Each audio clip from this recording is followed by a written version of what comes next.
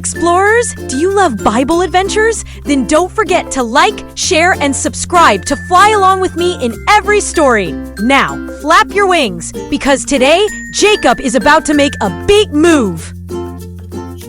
One night, Jacob had a dream, and guess what? God spoke to him from above and said, "Go back to your homeland, Jacob.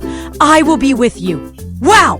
God was guiding him, just like he guides us when we listen. Jacob called Rachel and Leah into his tent. He told them everything, how God spoke to him, how Laban had changed, and how it was time for them to leave this place. The sisters listened closely. Something big was coming. Rachel and Leah agreed with Jacob. It was time to go. So they packed up their tents, rolled their blankets, and loaded the camels and donkeys. Jacob looked determined. The whole family was ready for a brand new journey. While everyone was getting ready to leave, Rachel did something sneaky.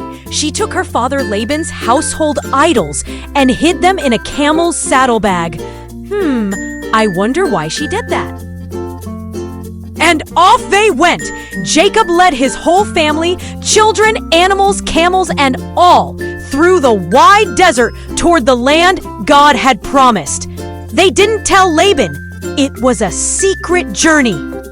But wait! When Laban found out Jacob had left, he was furious. He gathered his men, jumped on his horse, and rushed off to chase Jacob down.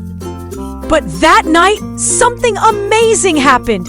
God appeared to Laban in a dream and said, "Be careful. Do not say anything, good or bad, to Jacob." Whoa! Even Laban had to listen when God spoke. Laban finally caught up with Jacob and said, "Why did you leave without telling me?" But Jacob stayed calm and said, "I was afraid you wouldn't let us go."